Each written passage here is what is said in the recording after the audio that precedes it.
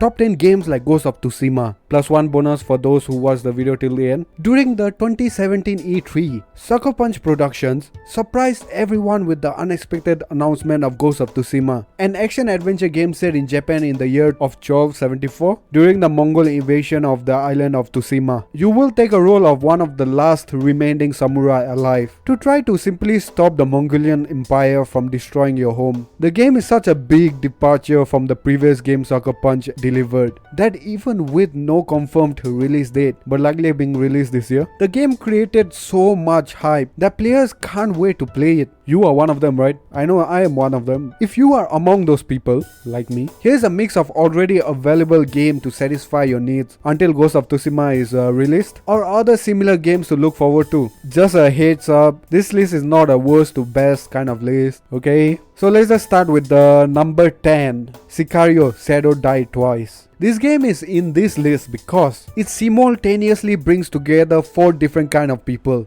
Dark Souls fans, Tanchu fans, people looking forward to Ghost of Tsushima, people who like badass game in general. Originally said to be Tanchu sequel Sicario Shadow Die Twice, was announced in 2017 during the Game Award by developer From Software, and takes place in a reimagined 16th century Japan and follows the samurai the Wolf as he tries to take revenge on a samurai that kidnapped his master. The plot seems pretty straightforward, but seeing the game in action is enough to leave us hyped for this game. The game was released in March 22, so it's the latest game, guys.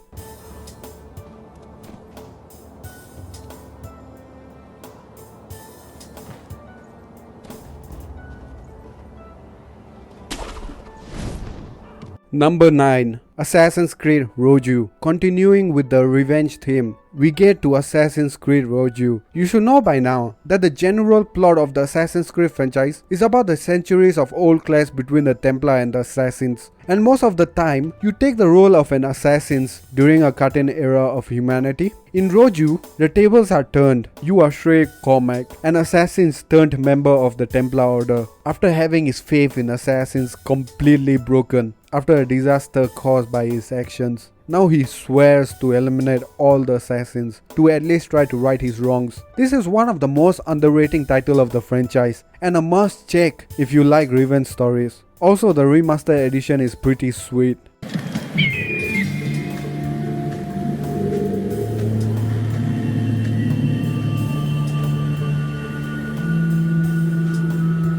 Number 8, Middle-earth Shadow of Mordor. The Lord of the Rings trilogy of book is a complete masterpiece, and the movie adaptation easily follows close behind in a magnificent effort by Peter Jackson to be faithful to the source material. And if the books are so good and the movies are so good, it is to be expected that there is a game to follow suit. The Middle-earth Shadow of Mordor does exactly that, perhaps as one of the best games to date in the Tolkien universe, and also winner of the Game Award for Best Action Adventure of 2014. You play as Thalion, a member of the Rangers of Gondor, seeking revenge. You guys see the pattern here? For the murder of his family and his own, who ends up tangled in a war against Sauron and the armies of Mordor. Show me how to find one of these creatures then. Gladly, Captain. There's a Karagath hiding in those bushes.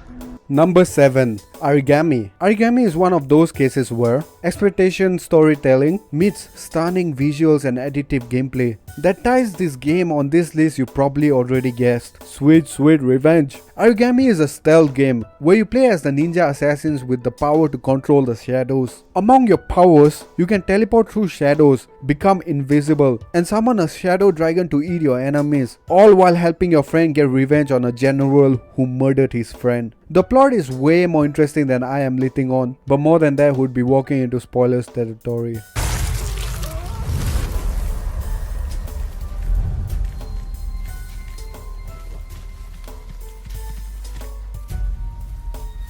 Number 6, Hellblade: Sona's Sacrifice. At last, we got the literal best game featured here. If not the best, is easily on the top 3. Hellblade Sona's Sacrifice has been in development at Ninja Theory since 2014, with only a small team of 20 people behind it, working closely to faithfully portray a character with mental illness. More surprising than that, the main character Swana is masterfully portrayed by Milena, who had no acting experience prior to this game and was just working as the studio's video editor. The game takes place in the late 18th century, and you play as Swana, a warrior on a quest through Helheim, the Norse hell, with the sole goal to save her lover's soul from the goddess Hela, even if that means sacrificing her own. Things is, Swana suffers from depression and schizophrenia. Sorry, my pronunciation is bad. And her psychosis won't let her differentiate real enemies from the enemies in her head.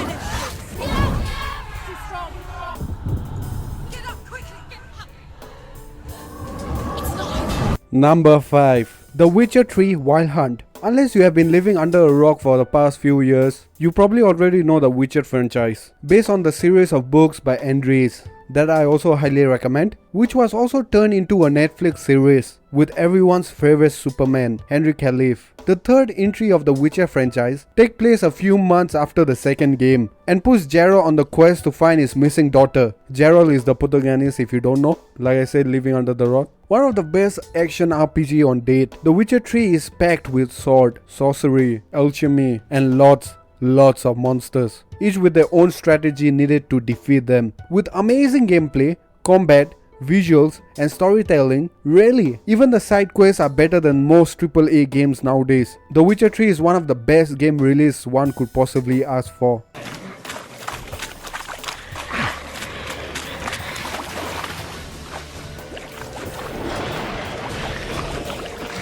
Number 4. Assassin's Creed Origins. Alright, I know what you're gonna say, but hear me out. Assassin's Creed Origins is way different from Assassin's Creed Rogue. You can almost see it as a soft reboot for the franchise. With this entry, you can take everything you know about the franchise and throw it out of the window regarding gameplay mechanics. The game takes place in ancient Egypt, and you play as Bayek, the last of the Magi's, sort of a team of elite bodyguards, seeking vengeance against the Order of the Ancient for the murder of his son. Yes, the revenge theme again. While searching for murders of the Order, Bayek and his wife Ea uncover secret of the conspiracy to control the whole Egyptian world, and end up giving birth to the Assassin's Brotherhood.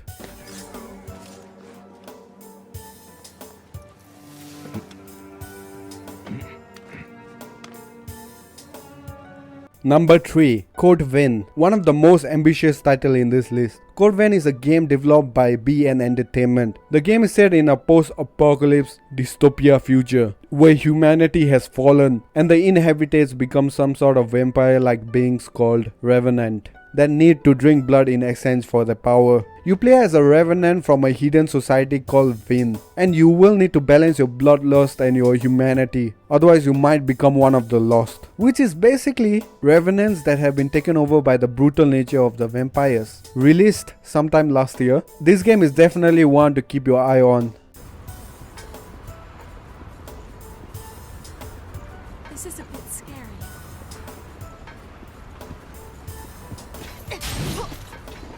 Number 2. Dark Souls 3. The next game on the list shares the most DNA with the previous entry, Sicario Shadow Die Twice, which makes sense, both being developed by From Software, and is the culmination of the series that started almost 10 years ago. Set in a world bordering on the apocalypse, you must fight a horde of demons, soldiers, dragons, and tons of other bizarre but crazy looking creatures in your quest to rekindle the first flame. A lot more RPG than its ninja focused cousin, Dark Souls 3 lets you create and equip tons of different builds and characters, from heavy armor use to nimble thieves. It also has a multiplayer system of invasion and cooperation, so your experience can change all the time.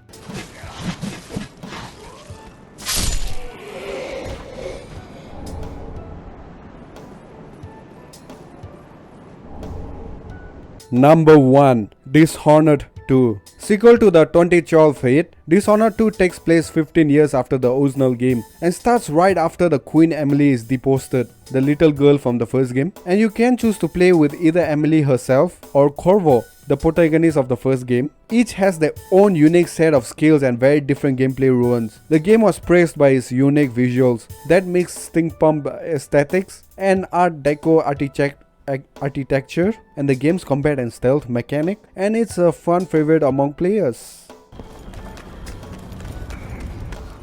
Fellow Serkonos, in the Duke's absence, I have the following announcement.